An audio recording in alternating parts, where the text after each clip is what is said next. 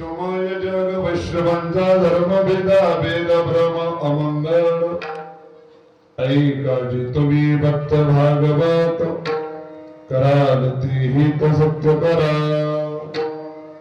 कोण्याही देवाचा नगरो मत्सर वरम सर्वेश्वर पूजनाची ऐकाजी तुम्ही भक्त भागवत कराल ते हित सत्य करा तुका म्हणे एका देहाचे अवयव तुका म्हणे एका देहाचे अवयव सुख दुःख जीव भोग पावे ऐकाजी तुम्ही भक्त भागवत कराल ते हित सत्य करा विठ्ठल विठ्ठल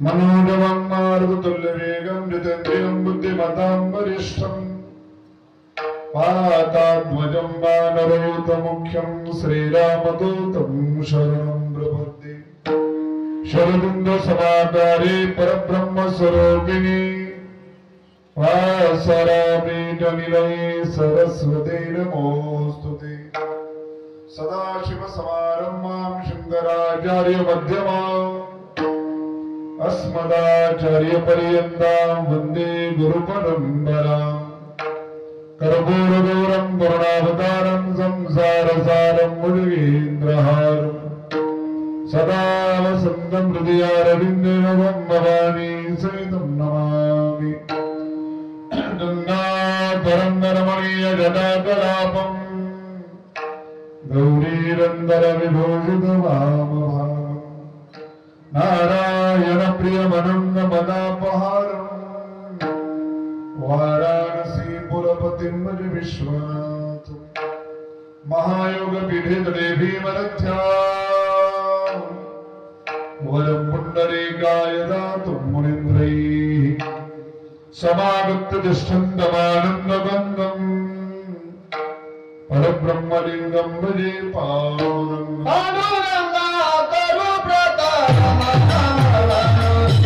Thank you.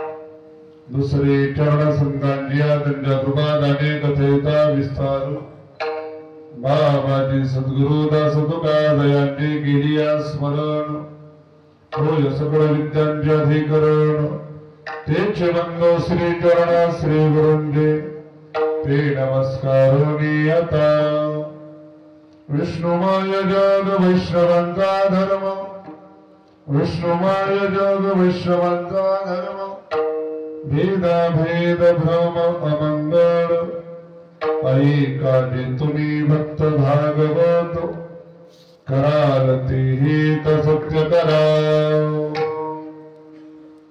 प्रस्तुत प्राप्त कीर्तन रूपी सेवेकरता निवडलेला अभंग जगद्गुरु जगद्वंद्य देहू निवासी वैराग्याचे शिरोमणी तुकोबरा यांचा संतपर प्रकरणातील 4 चरणाचा अभंग आहे। प्रस्तुत अभंगाच्या द्वारे जगद्गुरु तुकोबराय आपल्याला संत सांगतात, संतांची ओळख करून देतात। संत कुणाला म्हणावं, वैष्णव कुणाला म्हणावं, साधू कुणाला म्हणावं, संत कुणाला म्हणावं, याचा एक प्रकारे तुकोबर आपल्याला परिचय करून देतात। विष्णुमय जग वैष्णवांचा धर्म म्हणजे त्यांना हे जगत विष्णू रूपाने अनुभवाला येतं, देव रूपाने अनुभवाला येतं, म्हणजे त्यांना वैष्णव म्हणावं, त्यांना साधू म्हणावं। भेदाभेद भ्रम अमंगळ म्हणजे भेद आणि अभेद ज्यांच्या दृष्टीमध्ये भ्रम आहे, अमंगळ आहे, म्हणजे त्यांना साधू म्हणावं, त्यांना वैष्णव म्हणावं। पुढे उपदेश करतात तुकोबरा, ऐका जे तुम्ही भक्त भागवत कराल ते हित सत्य करा। ले भगवंताच्या भक्तांनो ऐका आणि मानव त्याचं खरं हित आहे, ते खरं हित त्या ठिकाणी साधा। परमार्थाची वाटचाल करत असताना काही नियम तुकोबरा सांगतात। कोण्याही जीवाचा नखडो मत्सर म्हणजे आपल्याकडून कोण्या जीवाचा मत्सर घडू नये, द्वेष निंदा घडू नये।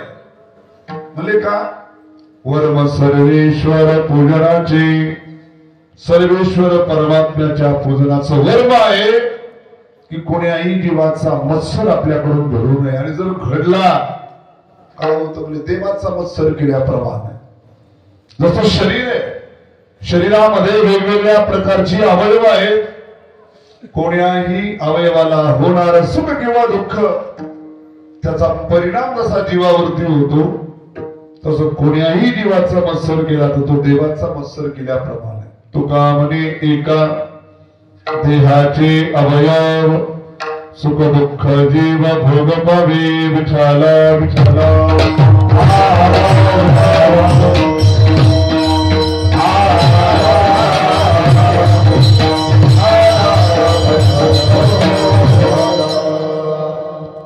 सेवेला प्रारंभ करण्यापूर्वी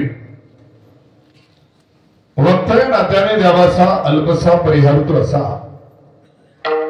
भगवंताच्या आशीर्वाद कृपेने थोर साधू संतांच्या कृपाशीर्वादाने चालत असणारा हा अखंड हरिनाम सप्ताह तथा श्री राम कथा ज्ञानयज्ञ सोहळा, सप्ताहाचं औचित्य, सप्ताहाचं निमित्त महाराष्ट्रातील थोर साधू थोर संत श्री संत गजानन महाराज यांचा प्रगट दिन आणि भगवान भोलेशंकर महादेवांचं पर्व, पावन पर्व म्हणजे महाशिवरात्री। दोन्ही पर्व एकापासून प्रारंभ आणि एकावरती सांगता समारोप, दोन्ही पर्वाचा त्या ठिकाणी योग साधलेला आहे। या कार्यक्रमाच्या माध्यमातून श्री संत गजानन महाराज एक थोर साधू होऊन गेले, संत होऊन गेले। एक संतांची ती लाईन आहे, ती मांदियाळी आहे।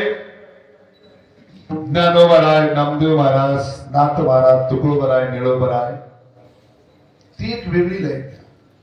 परंतु या 100-150 वर्षाच्या काळामध्ये काही साधू होऊन गेले। त्या साधूपैकी गजानन महाराजांचं नाव मोठ्या आदराने त्या ठिकाणी घेतल्या जातं। शेगाव निवासी गजानन महाराज त्यांचा प्रगट दिन त्या दिवशी हा सप्ताह प्रारंभ झाला। आणि दुसरं पर्व महाशिवरात्रीचं पर्व. भगवान भोलेशंकर महादेव महादेवांना सर्वात आवडतं पर्व कोणतं असेल तर शिव महा त्या ठिकाणी शिवरात्री महाशिवरात्री पर्व आहे. याचं वर्णन स्वतः शिवजी ब्रह्मदेव आणि भगवान विष्णूला शिव महापुराणामध्ये व्रत सांगतात की हे व्रत किती महत्वाचं. म्हणजे या महाशिवरात्री पर्वा दिवशी काय घडलेले म्हणजे महाशिवरात्री पर्वा दिवशी महादेव शिवलिंग स्वरूपामध्ये प्रगट झालेले आहेत. शिव महापुराण कथांमध्ये तुम्ही ऐकलं असेल एक वेळेस ब्रह्मदेव आणि भगवान विष्णू यांच्यामध्ये वाद विवाद सुरू झाला. कशामुळे तू मोठा की मी मोठा. आणि जगातले सर्वात जास्त वाद या गोष्टी करता होत असतात की कोण मोठा आणि कोण छोटा. वादाचं भांडणाचं युद्धामध्ये रूपांतर झालं. दोन देव एकमेकांविरुद्ध लढायला लागले. बाकी देवता भगवान भोलेशंकर महादेवाकडे गेले म्हणले भगवान विष्णू आणि ब्रह्मदेव युद्ध करत आहेत. आणि त्यावेळेस दोघांच्या मधोमध अग्निस्तंभाच्या रूपानं त्या ठिकाणी शिवलिंग स्वरूपामध्ये शिवजी प्रगट झाले महादेव प्रगट झाले. तो दिवस म्हणजे त्या ठिकाणी महाशिवरात्रीचा दिवस. आणि या महाशिवरात्रीच्या दिवशी दिवसभर त्या ठिकाणी व्रत करून उपवास करून रात्री 4 प्रहरामध्ये 4 वेळा महादेवांचं पूजन करणं हा त्यातला विधी सांगितले. महाशिवरात्री कथा सांगण्यात आली की शिवरात्रीच्या दिवशी शिवपिंडीवर जर आपण जल अर्पण केलं बेलाची पानं अर्पण केली फुलं अर्पण केली तर कितीतरी पटीनं फळाची प्राप्ती होती. जसं गंगेमध्ये स्नान फळाचं म्हणजे पुण्य आहेच परंतु कुंभमेळ्यामध्ये स्नान करणं त्रिवेणी संगमामध्ये ते काही आगळं वेगळं पुण्य कितीतरी पटीनं अधिक पुण्य आहे. तसं महादेवाला जल अर्पण करणं बेलाची पानं अर्पण करणं फुलं अर्पण करणं पुण्याचं काम आहे. परंतु विशेष पर्व जे उद्या पर्व आहे महाशिवरात्रीचं पर्व आणि या पर्वा दिवशी जर त्या ठिकाणी आपण महादेवाला बेलाची पानं वाहिली फुलं वाहिली त्यांचं पूजन अभिषेक केला इतर दिवसांपेक्षा कितीतरी अधिक पटीनं फळाची प्राप्ती होते. म्हणून अशा प्रकारचं परम पावन पर्व जे महाशिवरात्रीचं पर्व या दोन पर्वाच्या निमित्ताने चालत असताना हा नामसप्ताह आणि या नामसप्ताहातील आजची 6व्या दिवसाची कीर्तनाची सेवा ही माझ्याकडे आली. ग्रामस्थांच्या द्वारे कार्यकर्ते मंडळीच्या द्वारे महाराज मंडळीच्या वतीनं ही सेवा माझ्याकडे आलेली आहे. आणि या पारडी खुर्द गावामध्ये येण्याचा प्रथमच त्या ठिकाणी योग आमच्या भागातील थोर साधू आमच्या परंपरेतील थोर एक महात्मे महामंडलेश्वर स्वामी मनीषानंदपुरीजी महाराजांचं अनेक वेळा या गावामध्ये आगमन झालेलं आहे. शिष्यमंडळ आहे. स्वामीजींच्या द्वारे प्रसादित कृपादित असणारं हे पारडी खुर्द गाव आणि या गावामध्ये येण्याचा पहिलाच योग आणि तो कीर्तनाच्या माध्यमातून प्राप्त वेळेमध्ये उत्तम अशा प्रकारचे सर्व दिग्गज गुरुजन मंडळी गायनाचार्य मृदंगाचार्य यांच्या सहाय्यतेने आपण सर्व देवावर धर्मावर संतावर प्रेम करणारे धर्मप्रेमी सज्जन भक्तिमती माता आपल्या सर्वांच्या उपस्थितीमध्ये प्राप्त वेळेमध्ये सेवा करायची. विठ्ठलाला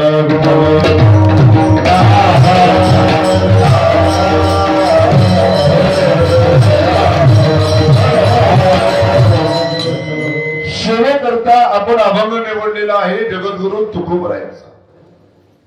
जगद्गुरु तुकोबराय आपल्याला आपल्या गाथाच्या माध्यमातून अनेक विविध प्रकारचे अभंग त्या ठिकाणी लिहितात. काही अभंग म्हणजे देवाच्या नामाचं महत्व सांगितलं. काही अभंगामध्ये म्हणे उपदेश केला. काही अभंगामध्ये देवाकडे प्रार्थना केली मागणी मागितली. म्हणजे काही अभंगामध्ये संत सांगितले ज्याला संतपर प्रकरण म्हटले. आणि या संतपर प्रकरणामध्ये तुकोबरायांनी तुम्हा आम्हाला साधू सांगितले संत सांगितले की संतांची ओळख आपल्याला करून दिली.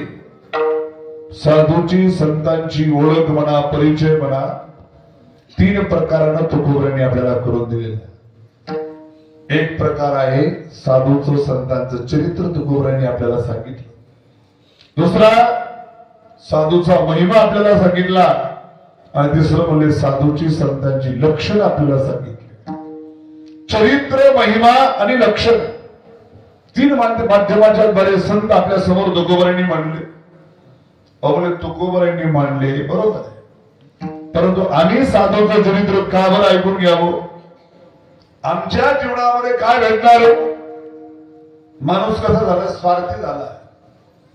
माणसाला जोपर्यंत आपल्याला काहीतरी भेटणार नाही किंवा आपल्याला काहीतरी भेटेल हे जोपर्यंत निश्चित होत नाही तो कोण्या गोष्टीमध्ये प्रवृत्त होत नाही.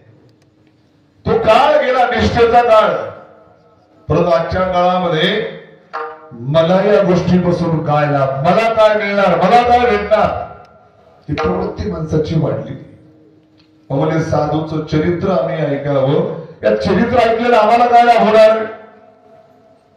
म्हणजे चरित्र ऐकलेलं आपल्या जीवनामध्ये फार मोठा लाभ आहे. म्हणजे काय लाभ आहे?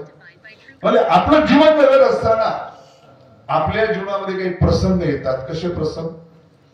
हानी लाभाचे, मान अपमानाचे, सुख दुःखाचे प्रसंग येतात.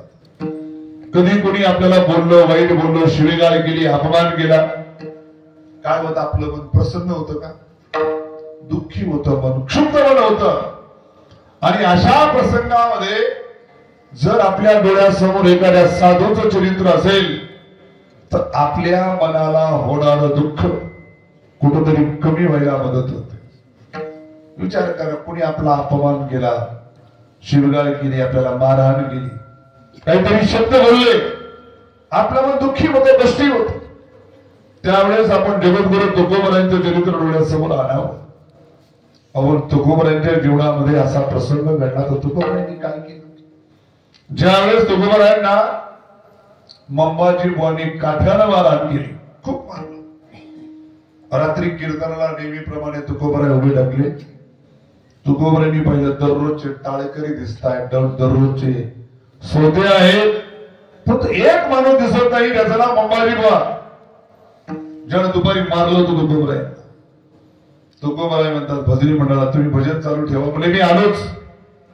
आणि तुकोबराय मंबाजी बुवाच्या दारामध्ये जातात. चला मंबाजी बुवा कीर्तनाला चला. मंबाजी बुवाने विचार केला, माणूस कोणत्या स्तराचा आहे? याला दिवसा आपण काट्याला मारहाण केली, एवढा अपमान केला आणि परत मला कीर्तनाला बोलवला. तुकोबरायांचे पुढचे शब्द ज्यावेळेस ऐकले, तुकोबराय म्हणतात, अहो मारून मारून काठी चालून तुमचे हात दुखत असतील, तुमचे हात दाबून देतो, परंतु तुम्ही कीर्तनाला चला.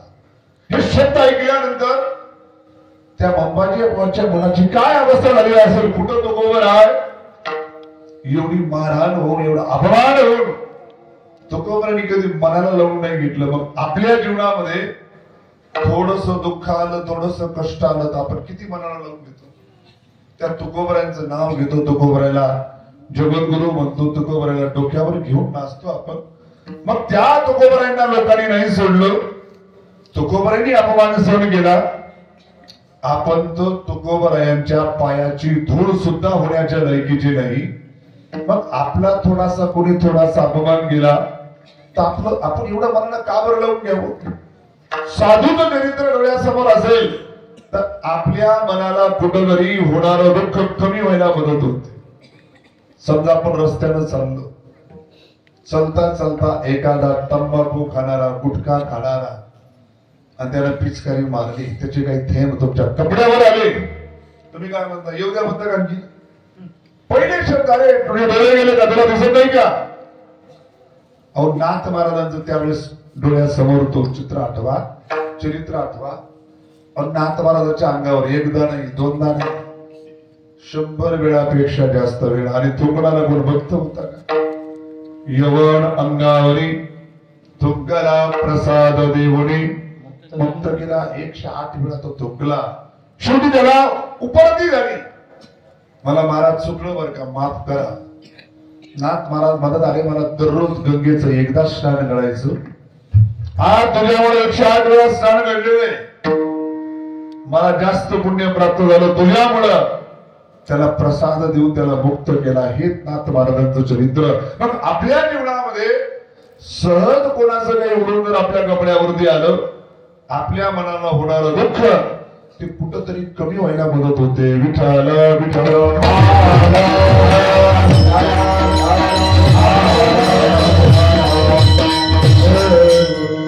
म्हणून साधूचं चरित्र आपण जाणायला पाहिजे, ऐकायला पाहिजे, वाचायला पाहिजे. दुसरं म्हणजे महिमा, साधूचा महिमा जाणायला पाहिजे. म्हणजे महिमा कशाला म्हणतात? विशेषता, त्यालाच त्या ठिकाणी महिमा म्हणतात. महिमा दोन प्रकारची, एक आहे चमत्काराची महिमा आणि एक आहे ज्ञानाची महिमा. चमत्काराची महिमा कशाला म्हणतात? आपण सर्वजण उपस्थित आहोत इथं, प्रत्येक जण ज्ञानोबरायांना म्हणतो, असं एकही माणूस इथं नसेल नाही आपलं ज्ञानोबरायचं जमत नाही, आपण ज्ञानोबरायला मानत नाही, असं आहे का कोणी? प्रत्येक जण आपण ज्ञानोबरायला मानणार आहेत. परंतु ज्ञानोबरायांना मानणाऱ्यापैकी दोन वर्ग आहेत. एक असा वर्ग आहे तो ज्ञानोबरायला आम्ही मानतो.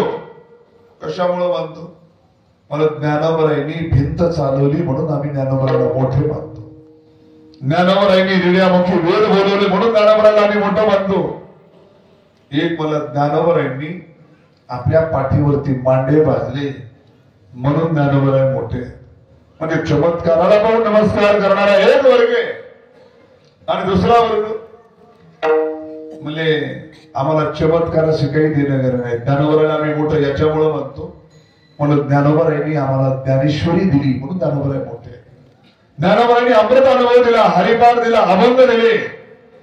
ज्ञानोबरायांचं तप पाहून, ज्ञानोबरायांचं ज्ञान पाहून आकर्षित होणारा एक वर्ग आणि ज्ञानोबरायांचा चमत्कार पाहून आकर्षित होणारा एक वर्ग. म्हणजे कोणता वर्ग कुणीकडे आकर्षित होतो? विठ्ठल विठ्ठल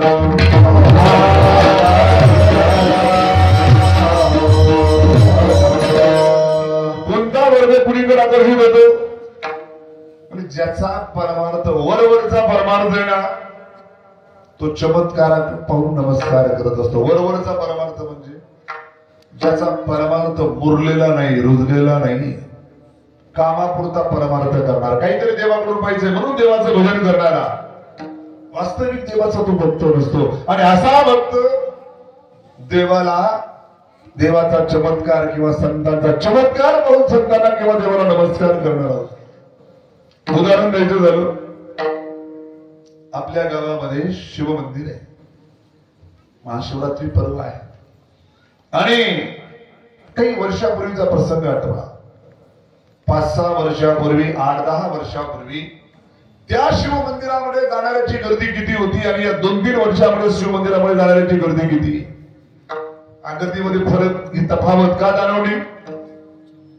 म्हणजे शिवजीकडे अगोदरही लोक जात होते, परंतु आता जास्त गर्दी वाढली. कुणाची गर्दी वाढली? म्हणजे शिवजीचं पूजन केल्यावर काहीतरी भेटतं, काहीतरी लाभ होतो, जीवनातल्या मनोकामना पूर्ण होत्या, ही भावना मनामध्ये जागी झाली आणि स्वार्थापोटी शिवजीच्या मंदिरामध्ये काय वाढली? गर्दी वाढली. चमत्काराला पाहून नमस्कार. अगोदर शिवजी नव्हते का? शिवजीचा महिमा अगोदर कमी होता? नाही, शिवजी अगोदरही होते, शिवजीचं मंदिरही अगोदर. काही काही गावामध्ये अशी मंदिरं होती, त्या मंदिराकडे पूजा करायला सुद्धा कोणी जात नव्हतं. आज 2-2 तास महिला मंडळाची पूजा करण्याकरता लाईन लागते. काय असं झालं? काही नाही, म्हणजे महिमा माहीत नव्हता, महिमा माहीत झाला आणि मग प्रवृत्त व्हायला लागले. विठ्ठल विठ्ठल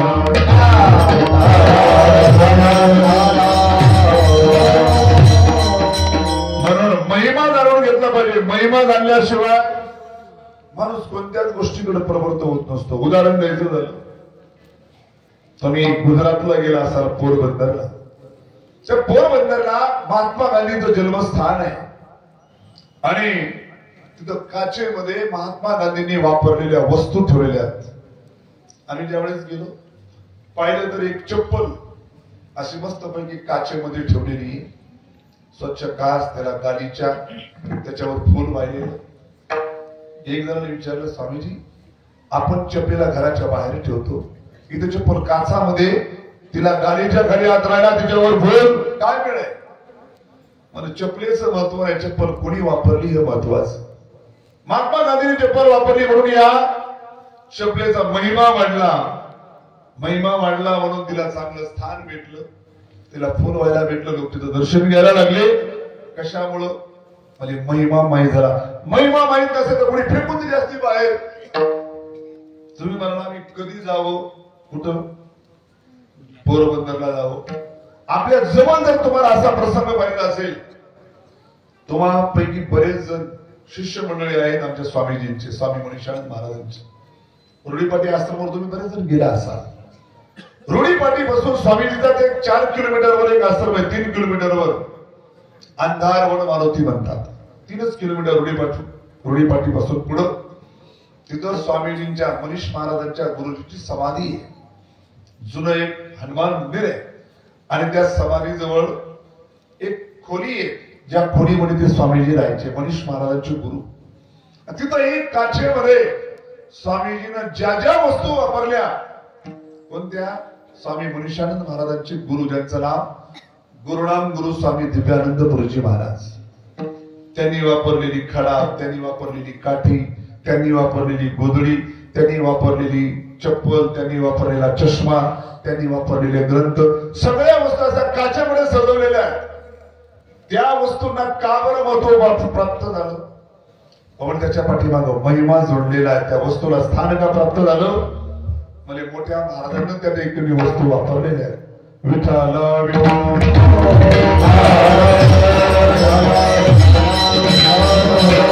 दुसरं सांगितलं म्हणजे लक्षणाच्या द्वारे संत सांगितले, साधू सांगितले. लक्षण कशाला म्हणावं म्हणजे लक्षण 2 प्रकारचे. म्हणजे लक्षण कशाला म्हणावं? अनेक माणसापासून एखाद्या माणसाला ओळखण्याकरता त्याच्या सांगितल्या जाणाऱ्या खाना खुणा त्याला लक्षण म्हणतात.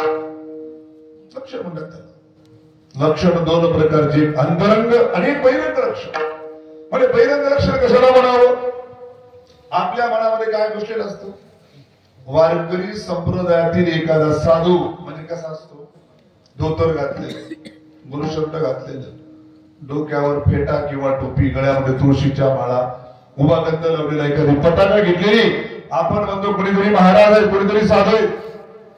एखादा संन्यासी परंपरेतील साधू असेल, शरीरावर गिरवा वस्त्र, भगवे वस्त्र धारण केलेले, गळ्यामध्ये रुद्राक्षांच्या माळा, त्रिपुंड धारण केलेले, आपण म्हणतो कोणीतरी संन्यासी बाबा आहे, संन्यासी महात्मा आहे. हा साधूचा परिचय जरूर आहे, परंतु हा परिचय कसा आहे? बाह्य परिचय, हा अंतरंग परिचय नाही. आणि तुकोबरायांनी किंवा संतांनी संतांच्या साधूच्या बाह्य परिचयाला तेवढं महत्व दिलं नाही जेवढं अंतरंग लक्षणाला महत्व दिलं. म्हणजे का बरं? म्हणजे बाह्य लक्षण पाहून जर साधू ठरवण्याचा प्रयत्न केला, धोका होऊ शकतो. धोका म्हणजे कुणाला धोका झाला? म्हणजे माता सीतेला धोका झाला. माता सीतेला म्हटलं साधू आला, भिक्षा मागायला गेली, रावणाला उचलून गेलं, धोका झाला. बाह्य वेशभूषा पाहिजे. आणि रामायणातल्या कथा काय, वर्तमान काळामध्ये अशा घटना घडतात. कोणी जर तुमच्यापैकी अमरनाथ यात्रेला गेला असेल, कशा प्रकारचे कडक सुरक्षा बंदोबस्त असतात. त्या शिबिरामध्ये जाण्याकरता सामानाचं चेकिंग होते, त्या माणसाची चेकिंग होते, कारण आतंकवाद्याचा गड आहे म्हणून सुरक्षा त्या ठिकाणी टाईट असते तिथे.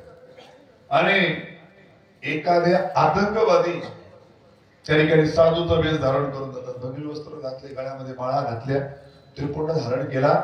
आणि एखाद्या मिलिटरी मॅनला वाटलं अरे साधू है, साधू से क्या देश को धोखा है, जाओ बोले बाबा जी आप जाओ, ऐसे ही आपकी बॅग नाही चेक करणी. घटना घडलेल्या तशा. बाबाने काय घेऊन गेले बॅग मध्ये? गेले बॉम्ब घेऊन आणि दिलं उडूनच शिबिर. घटना घडलेल्या आहे. पण बाह्य वेशभूषा पाहून साधू ठरवण्याचा प्रयत्न केला तर धोका होऊ शकतो. म्हणून बाह्य लक्षणाला तेवढं महत्व दिलं नाही जेवढं महत्व अंतरंग लक्षणाला दिलेलं आहे. साधूची अनेक अंतरंग लक्षणं तुकोबरायांनी आपल्या अभंगाच्या माध्यमातून मांडलेले, त्यापैकी काही लक्षणं अभंगाच्या पहिल्या चरणात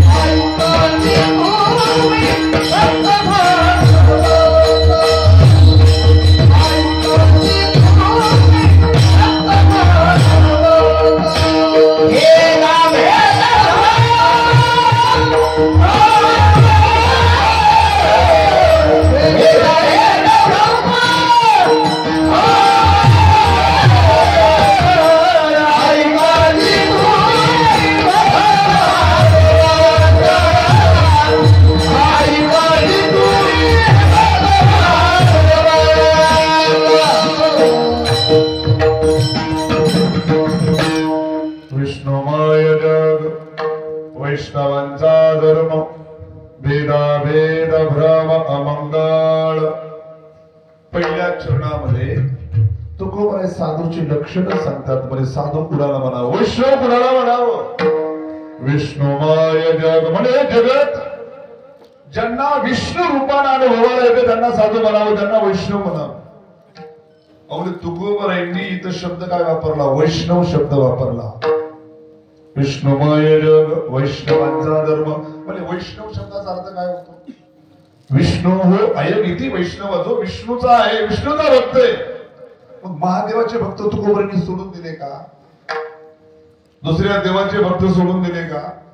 अहो म्हणे नाही, हा भेद आपल्या मनामध्ये, देवाच्या मनामध्ये, संतांच्या मनामध्ये हा भेदच नाही।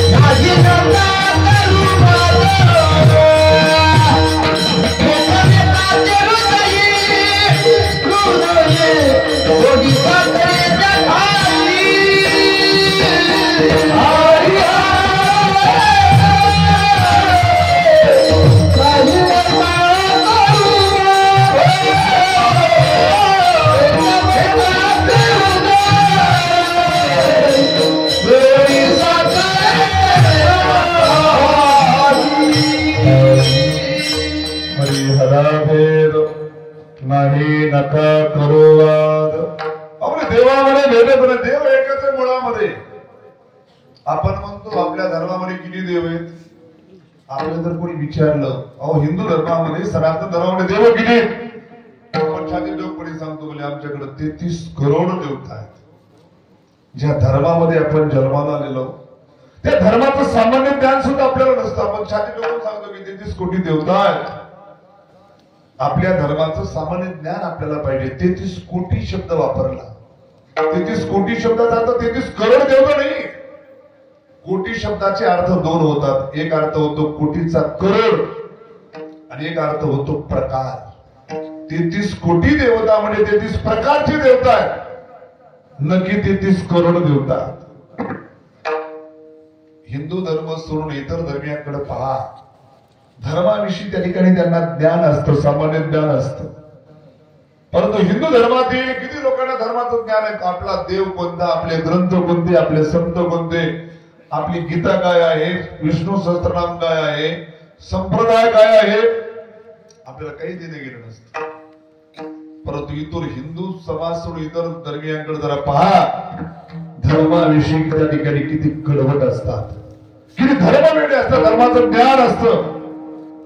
तुमच्या घराचं कुठं बांधकाम चालू असेल ना, तुमच्या बांधकामावर जर एखादा मिस्त्री असेल, मिस्त्रीच्या हाताखाली सिमेंट वाळू कालवण्याकरता एखादा मुलगा असेल आणि शुक्रवार जर असला ना, तुमचं सगळं काम सोडून काय करतो ते नमाज पडायला जातो। कोणालाही विचारा, लहानातला लहान त्यांचा बालक विचार म्हणजे तुला नमाज पडता येते का, तो तुम्हाला कोरोनाचा आयता म्हणून दाखवेल। आपल्या किती मुलांना जर विचारलं तुला गीता माहितीये का, तर गीता काय असते, गीता काय असते, विष्णू सहस्त्रनाम काय असतं, भागवत काय, गाथा काय, ज्ञानेश्वरी काय, नाही म्हणजे आपल्याला काहीच माहित नाही। कारण आपण ज्या देशामध्ये राहतो, जो हिंदू बहुल आहे, परंतु हिंदूचे ग्रंथ या देशामध्ये शाळेमध्ये नाही शिकवता येत। परंतु मुस्लिमांकडे त्याची स्वतंत्र व्यवस्था आहे, मद्रसा, आणि त्या मद्रसामध्ये धर्माचे बाळकडू त्यांना पाजवतात, धर्मवेडे त्या ठिकाणी होतात। आपल्यामध्ये उलट आहे, माणूस जेवढा शिकला ना तो पहिलं पायावर करतो धर्मावरती, पहिलं तो धर्मावर बोलतो, तेवढं तो धर्माच्या विरुद्ध बोलायला लागतो। मुस्लिमांमध्ये तसं नाही, जेवढा शिकला तेवढा तो धर्म वेगळा होतो। म्हणून ज्या धर्मामध्ये आपण आहोत त्या धर्माचं सामान्य ज्ञान आपल्याला असायला हवं। विठ्ठल विठ्ठल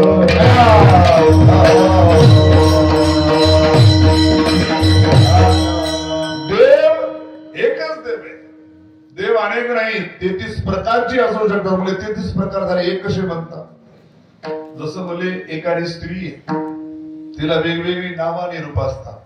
ती कुणाची पत्नी असते, कुणाची आई असते, कुणाची सून असते, कुणाची सासू असते, कुणाची जाऊबाई असते, कुणाची पत्नी. वेगवेगळ्या नात्याने तिला वेगवेगळी नावं असतात, वेगवेगळे तिचे कर्तव्य असतात. आई म्हणून कर्तव्य वेगळं, सून म्हणून कर्तव्य वेगळं, सासू म्हणून कर्तव्य वेगळं, पत्नी म्हणून कर्तव्य वेगळं. तसं देव एकच आहे. जगाची उत्पत्ती करतो त्याला ब्रह्मदेव म्हणतात, जगाचं पालन करतो त्याला भगवान विष्णू म्हणतात, आणि जगाचा संहार करतो त्याला त्यावेळेस त्याला भगवान ब्रह्मदेव, त्या ठिकाणी शिवजी म्हटल्या जातं, महादेव म्हटल्या जातं. मुळामध्ये देव पाहिला तर तो एकच आहे. एक करीला चित्ती आम्ही रखमाईचा पती आपुला तो, एक देव करुणी घ्यावा एकोहम बहुश्याम. अनेक प्रमाण देता येतील की देव एक आहे, आणि तो एक देव असणारा एकच आहे. आपण भेद पाहतो की महादेव वेगळा, भगवान विष्णू वेगळा, राम वेगळा, कृष्ण वेगळा. अनंत रूपे अनंत वेशी देखील म्या त्यासी. देवाचीच अनेक रूपे. म्हणून वैष्णवांची लक्षणं सांगितली म्हणजे सगळ्या साधूंची लक्षणं सांगितली. विठाला विठा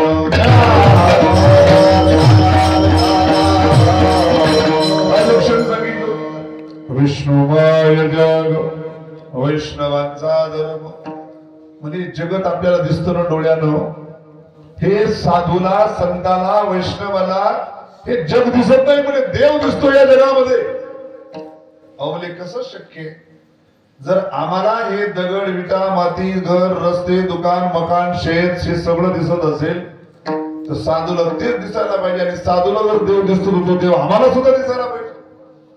असं नाही की साधूला देवानं स्पेशल डोळे दिले, वेगळे डोळे दिले की त्यांना देवच दिसतो, हे जग दिसत नाही. साधूला एखादा चष्मा दिला देवाने की चष्मा घातला की जग दिसत नाही, देव दिसतो. त्यामुळे दोघांचे डोळे सारखेच आहेत. साधूचे काय आणि आपले काय? मग दोघांच्या दृष्टीमध्ये फरक का? म्हणजे फरक आहे. आपण कार्याकडे पाहतो आणि संत कारणाकडे पाहतात. कारण आणि कार्य तर समजताना वडील कारण आहे, मुलगा काय आहे? कार्य. कारण आहे कार्य. तसं एक जगत आहे कार्य, आणि बनलं कुणापासून? म्हणजे देवापासून बनलेलं आहे. येतो वा इमानी भूतानी जायन्ते तेन जातानी जीवंती जयापासून हे सकळ महिमंडळ झाले. त्या भगवंतापासून सगळं जगत बनलेलं आहे. म्हणून या जगताचं कारण परमात्मा देव आहे, आणि जगत त्या ठिकाणी कार्य आहे. आपण कार्य रूपाकडे पाहतो आणि संत त्या ठिकाणी कारण रूपाकडे पाहतात. उदाहरण द्यायचं झालं, आपण पैशाचं काही काम पडलं, घरामध्ये पैसे नाहीत, बँकेमध्ये पैसे नाहीत, पेरणीची वेळ आली, मग घरामध्ये असणाऱ्या महिलांचे दागिने काय करतो आपण? सोनाराकडे ठेवतो, बँकेमध्ये ठेवतो. सोनाराकडे ठेवल्यानंतर आपण म्हणतो बघा या अंगठ्या आहेत, हे त्या ठिकाणी डोरलंय, ही पाटली आहे. ते म्हणतो तुम्ही काय म्हणायचं तर मला, माझ्या दृष्टीने एकच आहे, सोनं हे गोल्डच आहे. तो सोन्याच्या रूपाने पाहतो आपण, अलंकाराच्या रूपाने पाहतो. तसं जगत अलंकार आहे, आणि जगताचं कारण सोनं म्हणजे परमात्मा आहे. विठाला विठाला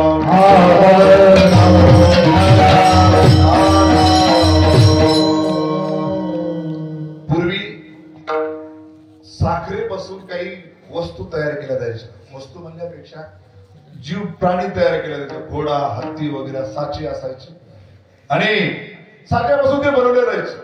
मग दिसायला वरच्या रूपामध्ये काय?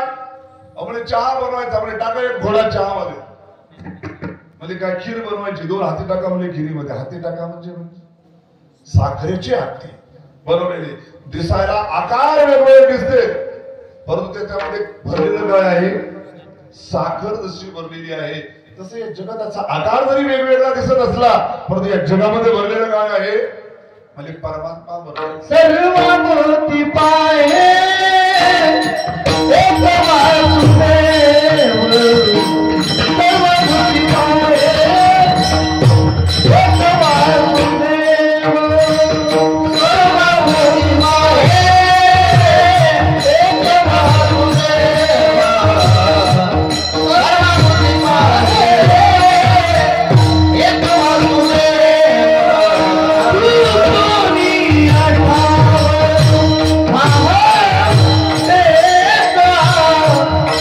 दुनिया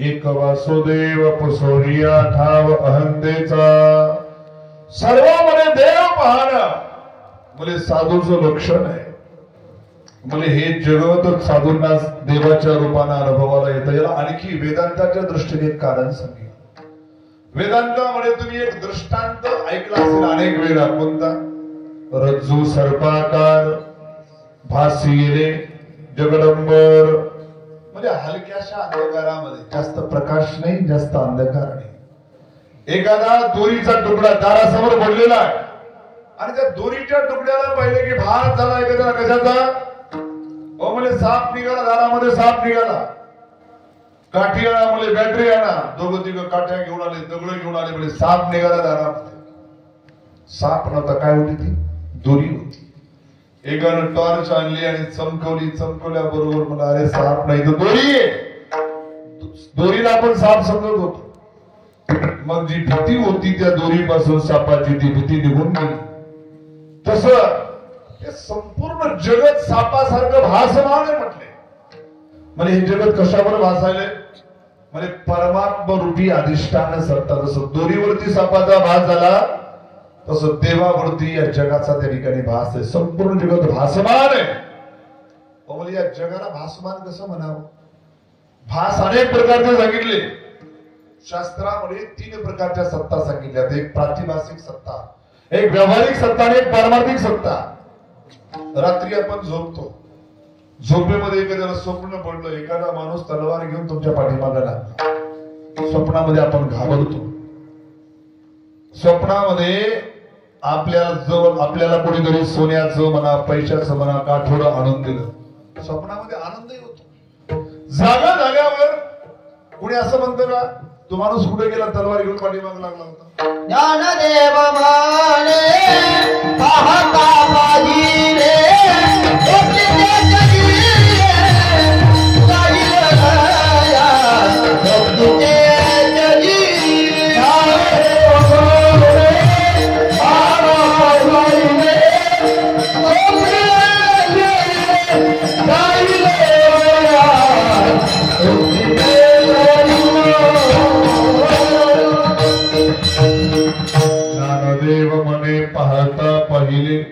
स्वप्नीचे चेले जाईल लया स्वप्नातून जागा झालं की सांगायची गरज नाही पडत तिथं प्रमाण म्हणावं लागतं की स्वप्नातलं खोटं असते माहिती आहे आपल्याला की स्वप्न खोटं असतं परंतु कधी कधी स्वप्नातून बाहेर यावं लागतं जागे व्हावं लागतं जोपर्यंत स्वप्नामध्ये आलं स्वप्न खरं वाटतं स्वप्नातून बाहेर आलं की स्वप्न खोटं वाटावं लागतं त्या स्वप्न अवस्थेला म्हणतात प्रातिभासिक सत्ता आणि जागेत आपण सगळे अजून कोणी झोपलेलो नाही जागेपणी आपल्याला हे जगत दिसत आहे याला म्हणावं व्यावहारिक सत्ता आणि भगवंताची प्राप्ती झाल्यावर जी सत्ता तिला म्हणतात पारमार्थिक सत्ता म्हणजे हे जगत आपल्याला जे आता डोळ्याला दिसतंय ना हे सुद्धा तेवढंच खोट आहे जेवढं स्वप्न खोट आहे म्हणजे कसं शक्य स्वप्न जागृती आहे परंतु जोपर्यंत स्वप्नातून बाहेर आलाय तोपर्यंत स्वप्न तसं खरं वाटत होतं तसं या व्यावहारिक सत्तेतून आपण पारमार्थिक सत्तेवरती गेलो हे जगत सुद्धा तेवढंच खोटं वाटतं जेवढं स्वप्नामध्ये असताना स्वप्न खोटं वाटतं. विठ्ठला विठ्ठला.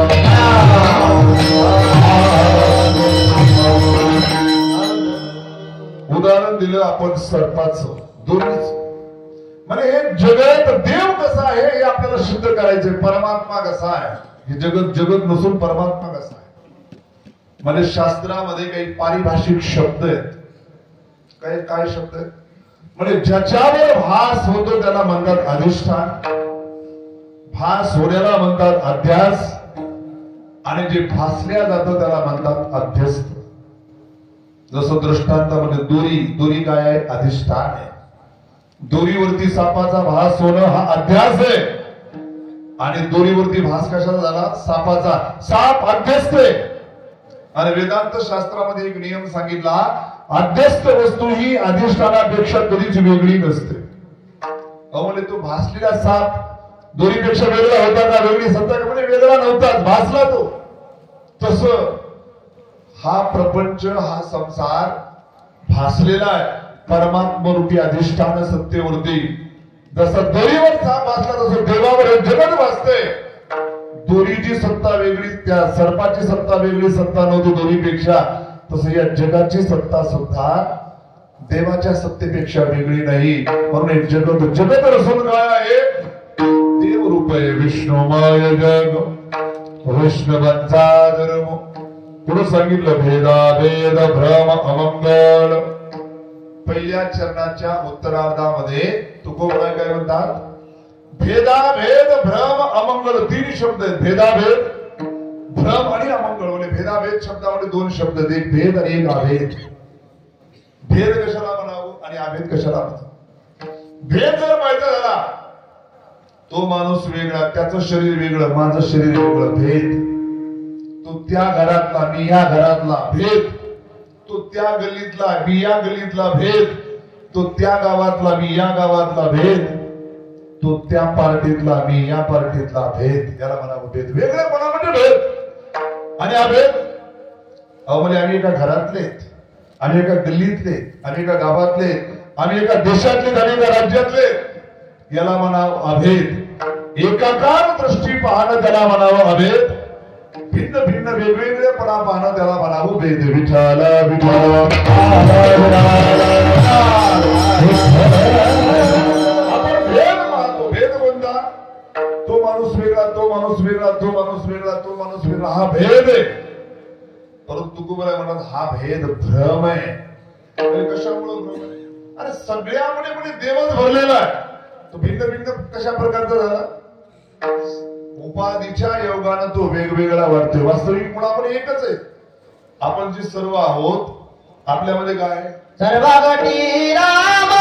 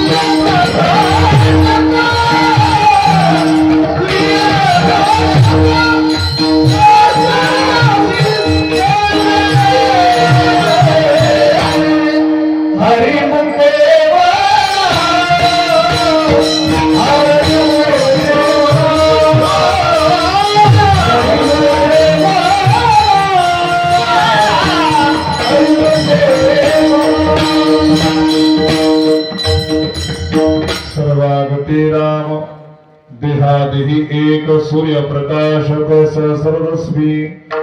सर्वांच्या हृदयामध्ये कोण भरलेला? विठ्ठल जळी स्थळी भरला. करिता ठाव नाही उरला. म्हणजे सगळ्यामध्ये जर देव असेल तर मग देव कोणता, छोटा देव, मोठा, जवळचा देव, दूरचा देव, हा भेदच नसायला पाहिजे. वास्तविक पाहिलं तर आपण एकाच देवाचे संतान आहेत, वेगळेपणा नाही, सगळ्यामध्ये देव भरले. दिसायला आपण वेगवेगळे दिसत असतो. उदाहरण द्यायचं झालं, 1000 रांजणं भरून ठेवलेली पाण्यात, दुपारची वेळ आहे, 1000 रांजणामध्ये सूर्याचे 1000 प्रतिबिंब दिसायला लागले. प्रत्येक रांजणामध्ये सूर्य दिसायला लागले. याचा अर्थ 1000 सूर्य झाले का? सूर्य एकच आहे, फक्त रांजणाची उपाधी, पाण्याची उपाधी, म्हणून एका सूर्याचे 1000 सूर्य वाटायला लागले. रांजण फुटला, पाणी वाहून गेलं. कुठे गेला सूर्य? नव्हताच, तो एकच सूर्य होता. तसं देव एकच आहे. तुम्ही आम्ही त्या देवाचे काय आहोत? एक प्रकारचे प्रतिबिंब आहेत. म्हणजे आम्ही कसे प्रतिबिंब? म्हणजे आपण सुद्धा एक प्रकारचा रांजण आहे. तिथं तसा रांजण दृष्टांतामध्ये आपण सुद्धा, आपलं शरीर सुद्धा एक रांजणच आहे. त्या रांजणामध्ये काय भरलं होतं? पाणी. या रांजणामध्ये काय? म्हणजे मन, अंतःकरण. अंतःकरण रूपी पाण्यामध्ये देवाचं पडलेलं प्रतिबिंब, त्याला म्हणतात जीवात्मा. आणि तो जीवात्मा परमात्म्यापासून वेगळा नाही. म्हणजे जीवात्मा परमात्म्यापासून वेगळा नाही. कसं? तो वेगवेगळाच. जीव जीव आहे, देव देव आहे. जीवाची देवाची तुम्ही कुठं बरोबरी करता? देवाचं सामर्थ्य आणि जीवाचं सामर्थ्य पाहिलं तर कोणाचं सामर्थ्य जास्त? देवाचा अवतार कृष्ण अवतार, ज्यांनी आपल्या करंगळीवरती काय धारण केलं? गोवर्धन पर्वत. गोवर्धन पर्वत केवढा होता? ज्याची परिक्रमा करायची झाली, प्रदक्षिणा करायची झाली तर 22 किलोमीटरची प्रदक्षिणा, एवढा मोठा करंगळीवर धारण केला. म्हणजे आपण जीव आपल्या करंगळीवर काय धारण करू शकतो? एखादा साऊंड बॉक्स धारण करू शकतो? नाही. कळशी, घागर, भरलेला तांब्या. मग आपलं सामर्थ्य कुठं? देवाचं सामर्थ्य कुठं? आणि तुम्ही म्हणता की देव आणि जीव एक आहे. दिसायला आम्हाला फार त्याच्यामध्ये फरक दिसतोय. बरं, ज्ञानाच्या दृष्टीने पाहिलं तर जीव आणि परमात्मा एक आहेत की वेगळे? देवाचं ज्ञान किती? देव सर्वज्ञ, सर्वविद आहे. देव सर्वांना जाणतो, सर्व काही जाणतो. आपण किती जाणतो? आपलं ज्ञान किती असतं? आपल्याला प्रत्येक घरातल्या, आपल्या गावातल्या माणसात तरी ओळख असते का सगळ्यांची? जर आपण कुठे गावाला गेलो, विचारलं कोण्या गावचे? म्हणे पारडीचे.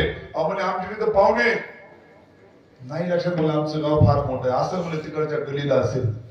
आपल्या गावाच्या लोकांची आपल्याला यथार्थ ओळख नसते, तर जगाची ओळख किंवा जगाचा परिचय आपल्याला काय असणार?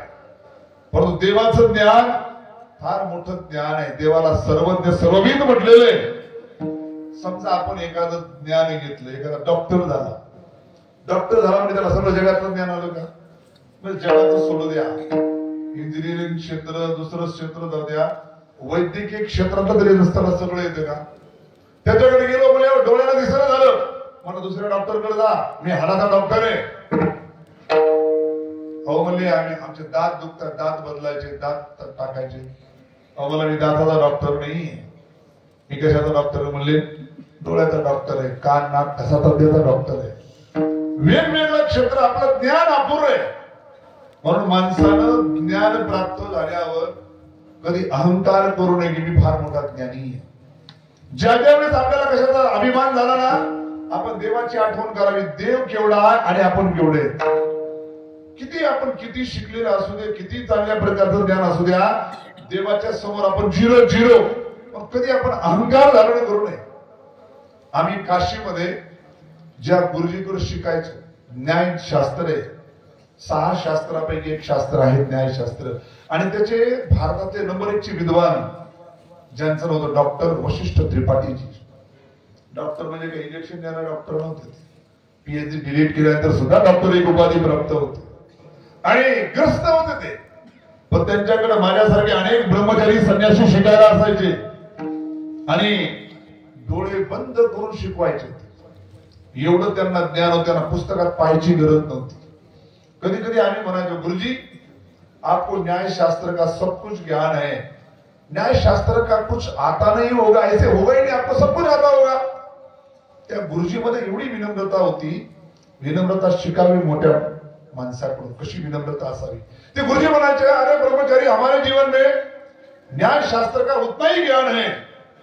समुद्र है, समुद्र का पानी है, उसमें से एक अंजलि भर के पानी उठाया, उतना पानी जितना ज्ञान है उतना ज्ञान मेरे पास है, उससे ज्यादा ज्ञान नहीं. म्हणजे समुद्राच्या पाण्यातून एक ओंजळभर पाणी उचलावं तेवढं ज्ञान माझं आहे. कोण म्हणतंय? ज्याला केंद्र सरकारनं पद्मश्री पुरस्कार दिला न्यायशास्त्रातल्या ज्ञानाबद्दल, एवढा मोठा विद्वान. आपलं थोडस ज्ञान आपण कॉलरवर कडून चालतो, माझ्यासारखा गावात नाही, माझ्यासारखा तालुक्यात नाही. म्हणून माणसाला अभिमान कधी करू नये. विठ्ठला विठ्ठल.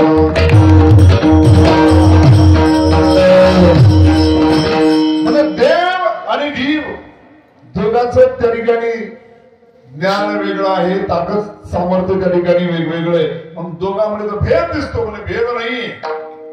जीवामध्ये परमात्म्यामध्ये भेद नाही, अभेद आहे.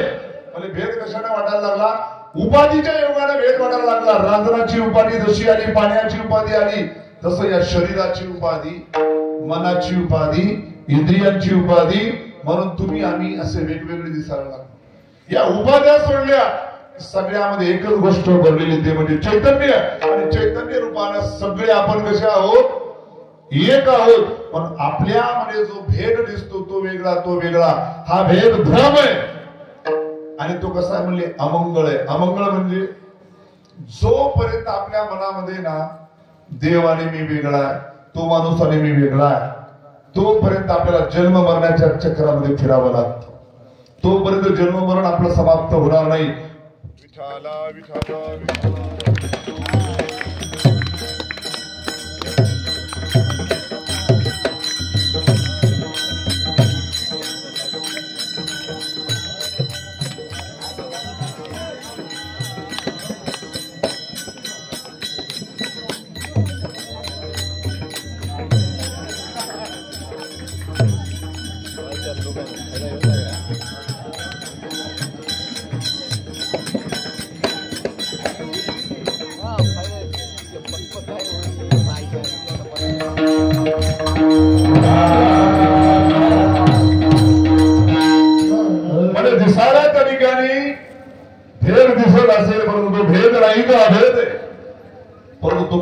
दुसरा एक शब्द वापरला म्हणजे अभेद सुद्धा भ्रम आहे, अमंगळ आहे.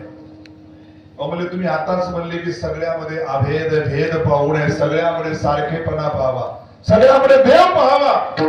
इथं काय म्हणतात? अभेद सुद्धा भ्रम आहे आणि अमंगळ आहे. म्हणजे अभेद कसा भ्रम आहे, अमंगळ आहे. म्हणजे सगळ्यामध्ये देव पाहणं याला म्हणावं अभेद. परंतु सगळ्यासोबत आपण देव म्हणून व्यवहार करू शकतो का? व्यवहाराच्या ठिकाणी, दृष्टीच्या ठिकाणी सगळ्यामध्ये देव पाहणं, देवाचा विचार करणं सोपं आहे. परंतु देव म्हणून आपण व्यवहार करू शकत नाही. कशा प्रकारे? म्हणजे सगळ्यामध्ये देव सारखा आहे ना, मग काय करा? म्हणजे एखाद्या सापाला, विंचवाला मांडीवरती घेऊन बसा, जमतं का? देव सगळ्यामध्ये सारखा आहे. माणसामध्ये, पशुमध्ये, पक्ष्यामध्ये, प्राण्यामध्ये, जीव, कीड, पतंग सगळ्यामध्ये देव सारखा आहे. तर मग एखाद्या सापाला, विंचवाला मांडीवर घेऊन बसायला जमतं का? वंदावे दुरुना त्रिगुणाये,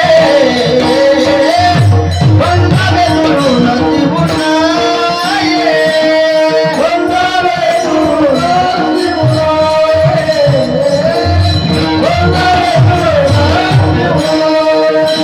उकमले विठुलालय,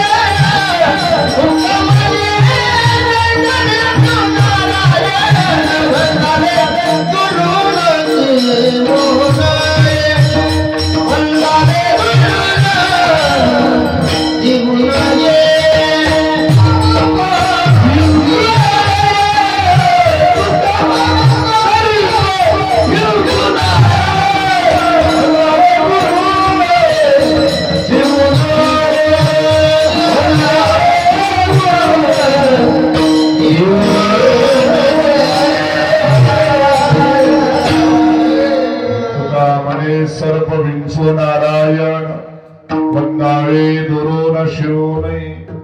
म्हणजे विंचू साप नारायण आहे मान्य, म्हणजे आम्हाला देव आहे. परंतु वंदावे दुरून शिवणे, त्याला जवळ घेण्याचा प्रयत्न करू नये. म्हणजे व्यवहार करता येत नाही देवासारखा. देव म्हणून सगळ्यामध्ये तुम्हाला हाती, घोडा, वाघ, शिव सगळ्यामध्ये देव पाहता येईल. परंतु देव म्हणून त्याच्या जवळ जाण्याचा प्रयत्न केला तर काय होईल? म्हणजे वाघामध्ये देव, शिवामध्ये देव, दाताजवळ जवळ का? सगळ्यामध्ये जरी देव सारखा असला तरी सगळ्या बरोबर देव म्हणून व्यवहार सारखा करता येत नाही. उदाहरण द्यायचं झालं, समजा कीर्तन झालं तर तुम्ही घरी गेले, आपापल्या घरी गेल्यावर एखादा मातृभक्त आहे, आईची सेवा करणारा, आई आजारी आहे, मला आई तुझी तब्येत बरी नाही, तुझे जरा पाय दाबून देतो, आईची सेवा करू लागला. तो सेवा करता करता त्याच्या पत्नीने पाहिलं, त्याची पत्नी सुद्धा कीर्तनाला होती. म्हणे मालक, तुम्ही ऐकलं का महाराजांनी कीर्तनामध्ये काय सांगितलं? सगळ्यामध्ये देव सारखा आहे. म्हणजे हो ऐकलं. म्हणजे तुमच्या आईमध्ये जेवढा देव आहे ना तेवढा देव माझ्यामध्ये सुद्धा आहे. जर आईचे पाय दाबून झाल्यावर माझे सुद्धा पाय दाबू द्या, कारण सारखा देव आहे. जमलं का असं? पत्नीमध्ये देव पहा, आईमध्ये देव पहा, मुलाबाळामध्ये देव पहा, परंतु देव म्हणून सारखा व्यवहार कोणाशी करू शकत नाही. आणखी पुढचं उदाहरण द्यायचं झालं, म्हणजे तुमचा दृष्टांत जरा कमी पडतो. म्हणजे एखादा पती दाबू शकतो, पत्नीचे सुद्धा पाय दाबू शकतो, याच्यात नवल काय? म्हणून पुढचं उदाहरण सांगतो. एखादा शिष्य म्हणायला लागला, गुरुदेव नेहमी मी तुमच्या पाया का पडावं, मीच तुमची सेवा का करावी? तुमच्यामध्ये देव तेवढाच. गुरु म्हणून गुरुमध्ये देव मोठा आहे, शिष्यामध्ये देव छोटा आहे. हरी व्यापक सर्वत्र समाना म्हटलेले सगळ्यामध्ये देव समान आहे. मग गुरुमध्ये तेवढा देव, शिष्यामध्ये तेवढा देव, तर मग नेहमी शिष्यानंच गुरुची सेवा का करावी, शिष्यानंच गुरुचं दर्शन का घ्यावं? शिष्य म्हणला आपण 15 दिवसाच्या बऱ्या 15 दिवस मी तुमची सेवा करायची, 15 दिवस तुम्ही माझी सेवा करायची, जमल का? अरे सगळ्यामध्ये जरी देव सारखा असला, गुरु आहे, गुरुची सेवा करी, गुरु म्हणून सेवा करून घेऊ नये. सगळ्यामध्ये दृष्टीने देव पाहता येतो, परंतु व्यवहारामध्ये सर्वांना त्या ठिकाणी एक रूपानं पाहता येत नाही. म्हणून व्यवहार दशेमध्ये भेद करावा लागतो आणि दृष्टी पाहण्याच्या दृष्टीने त्या ठिकाणी अभेद करावा लागतो. हे तारतम्य जमलं पाहिजे. सगळ्यामध्ये पाहण्याकरता त्या ठिकाणी नारायण पहा, परंतु नारायण म्हणून सर्वांसोबत व्यवहार करू शकत नाही. आम्ही हरिद्वारला शिकायला असताना आमच्या आश्रमाचे मोठे महाराज, त्यांचं 77-78 वर्ष वय होतं, वयोवृद्ध होते. त्यांना असं हाताला घेऊन चालवावं लागायचं. आणि गोशाळेमध्ये आम्ही फिरत असताना अचानक गोशाळेतला सांड आला तिकडून एक. आणि गोशाळेचे सांड भयंकर असतात, मोठमोठे असतात, त्यांना काही काम नसतं शेतातलं. आणि धावत येत होता. स्वामीजीने पाहिला आणि सांगितले, अरे ब्रह्मचारी चलो अंदर चलो, मंदिर में चलो. आणि मी मंदिरामध्ये नेता स्वामीजीला म्हणतो, स्वामीजी उसमें भी भगवान है, हमें भी भगवान है, डरना क्या है? बोले पहले अंदर चलो, नहीं तो बताने लायक मैं नहीं रहूंगा, सुनने लायक तुम भी नहीं रह जाओ, चलो अंदर चलो पहिले. म्हणजे सगळ्यामध्ये देव सारखा आहे. गायीमध्ये देव आहे, बैलामध्ये देव आहे, परंतु त्यांना देवासारखा व्यवहार करू शकत नाहीत. ज्याचा जसा व्यवहार आहे तसा व्यवहार करावा लागतो. आणि सगळ्यासोबत जर सारखा व्यवहार करायला गेलो तर हानी होऊ शकते, नुकसान होऊ शकते. उदाहरण द्यायचं झालं अलीकडच्या काळातलं, कोरोनाच्या अगोदरच्या काळामध्ये आपल्या केंद्र सरकारनं एक नियम पास केला, एक कायदा पास केला, सीएए नावाचा कायदा, भारत नागरिकता संशोधन बिल. कशासाठी सांगतोय की सगळ्यामध्ये देव पाहणं वेगळा विषय आणि सगळ्याला देव म्हणून व्यवहार करणं वेगळा विषय. त्या कायद्यामध्ये काय होतं, प्रावधान काय होतं? म्हणजे पाकिस्तान, बांगलादेश, अफगाणिस्तान या 3 देशांमध्ये असणारे हिंदू, सिख, बौद्ध, ईसाई, पारसी यांना भारतामध्ये नागरिकता दिली जाईल, अशा प्रकारचा तो कायदा होता. त्यावेळेस देशामध्ये तुफान उठलं, मोठमोठे आंदोलन उभी राहिली. म्हणजे हा केंद्र सरकारनं अन्याय केलेला आहे, भेदभाव केलेला आहे. म्हणजे काय भेदभाव केला? म्हणजे तुम्ही हिंदूला नागरिकता देता, शिखांना देता, ईसाईंना देता, पारशींना देता, बौद्धांना देता, मग मुसलमानांना काय तुमचं घोडं मारलंय, मुसलमानांना का नागरिकता देत नाही? म्हणून एवढा त्या ठिकाणी विरोध झाला. जागोजागी जिल्ह्याच्या ठिकाणी, तालुक्याच्या ठिकाणी, दिल्लीमध्ये एका ठिकाणी तर एवढं आंदोलन झालं, त्या जागेचं नव्हतं, शाहीन बाग. त्यावेळी तुमच्या कानावर नाव ऐकलं असेल, पेपरला वाचलं असेल. अनेक महिने तिथं आंदोलन झालं की सरकारवर आरोप करण्यात आला की सरकारने भेदभाव केला. विचार करून पाहिला आपण अभंगाच्या दृष्टीने, तो भेदभाव होता का? केंद्र सरकारने जो कायदा पास केला त्या कायद्यामध्ये भेदभाव होता का? तो भेदभाव गरजेचा होता?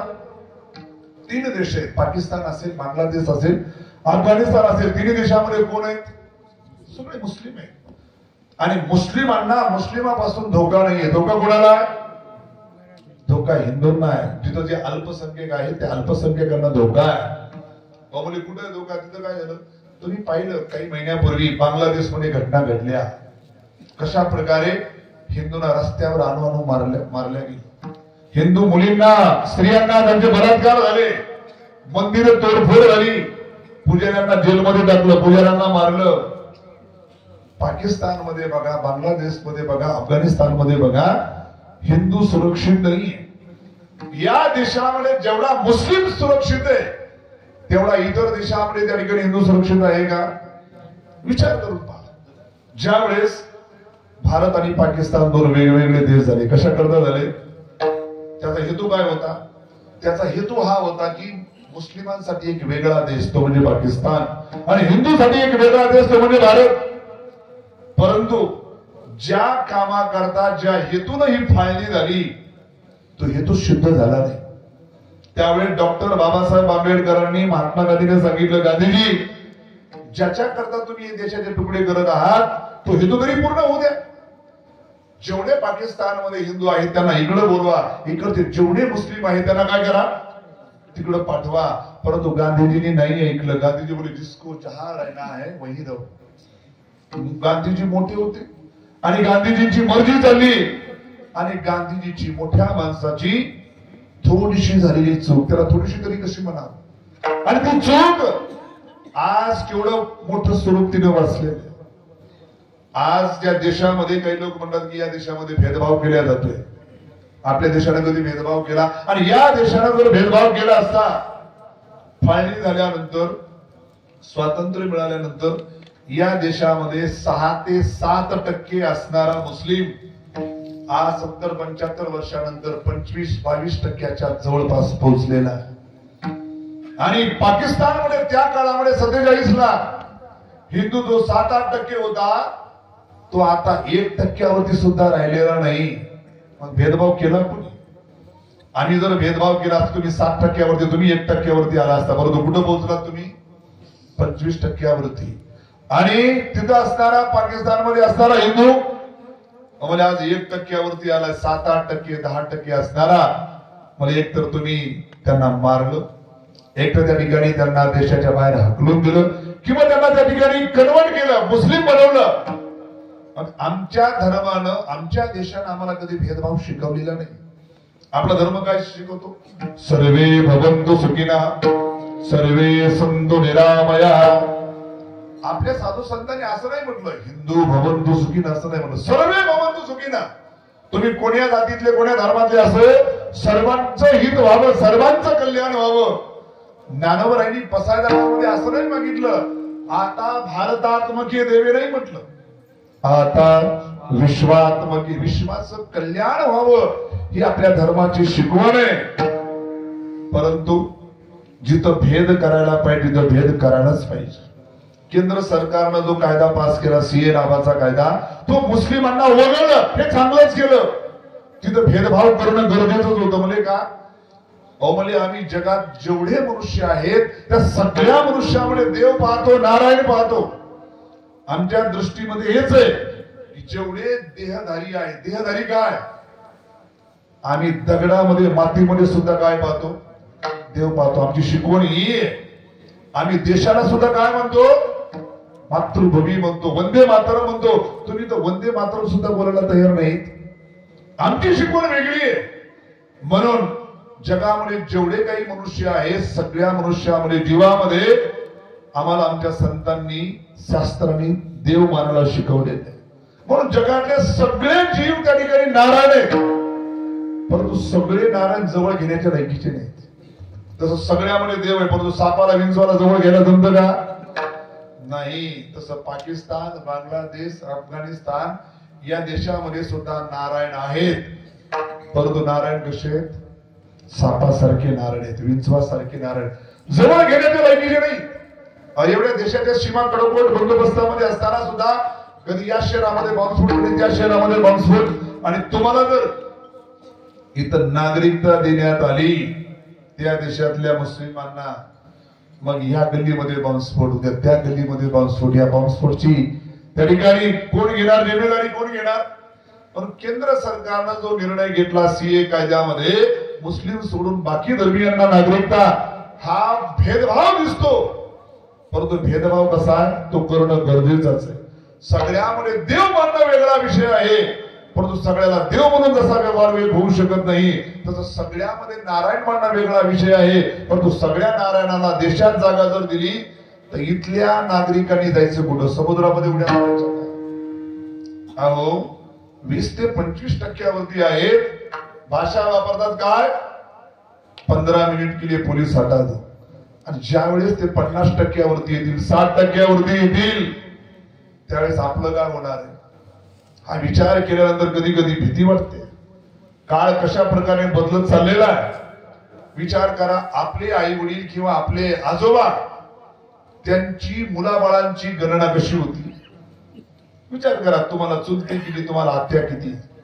आपण सांगतो की 4 चुलते, 5 चुलते, 6 आत्या. परंतु आता 1 भाऊ 1 बहीण, 1 भाऊ 1 बहीण, म्हणजे एकच मुलगा. ही जी रफ्तार आपली कमी झालेली, डाऊन झालेली आहे, त्यांची आहे का तशी? माणूस एका माणसाला 4 बायका, एका बायकापासून 8-8, 10-10 मुलं. मग त्यांची रफ्तार कोणत्या वेगाने जाते, आपली रफ्तार किती मंद गतीने चालते. आणि असं जर चालत राहिलं लोकसंख्येचं गणित बिघडल्याशिवाय राहणार नाही. आज बहुसंख्यक असणारा हिंदू या देशामध्ये अल्पसंख्यक झाल्याशिवाय राहणार नाही. आणि ज्या दिवशी अल्पसंख्यक होण्याची गरज नाही, आपल्या बरोबरीने येऊ द्या, नाही आपल्या मानेवर पाय दिला तर सांगा, बरोबर येण्याची गरज आहे. आणि तो समाज धर्म वेडा आहे. आपण म्हणतो की आपलं काम नाही, ते अमुक पक्षाचं काम आहे. आपल्याला काय देणं गेले? अगोदर आपला देश आहे, अगोदर आपला धर्म आहे आणि नंतर पक्ष आहे. विठाला विठाला